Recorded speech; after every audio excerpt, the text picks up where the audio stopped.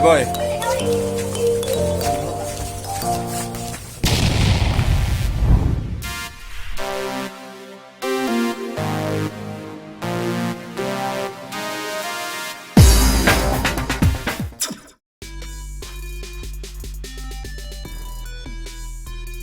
Bravo untuk tim Pidum dan Tekap 134 Polrestabes Palembang pimpinan AKP Robert PS.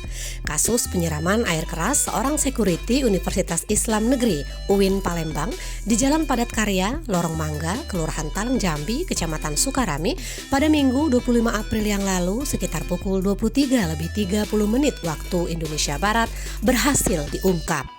Pelakunya adalah Erwin, 43 tahun, warga Jalan Pangeran Ratu, RT 24, Kelurahan 15 Ulu, Kota Palembang.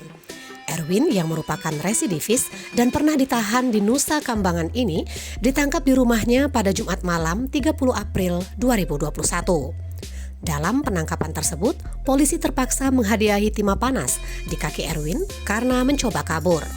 Kapolrestabes Palembang Kombes Pol Irfan Prawira Satyaputra didampingi Kasat Reskrim Kompol Tri Wahyudi mengatakan hasil pemeriksaan pihaknya terungkap bahwa dalam menjalankan aksinya pelaku tidak sendirian.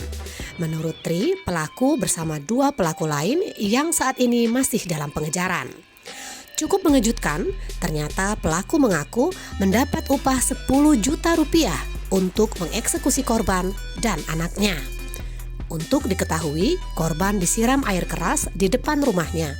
Sementara anak korban ditikam pelaku dan kini masih belum sadarkan diri di rumah sakit. Laporan Mizon Bule dari Mapolrestabes Palembang untuk Anda.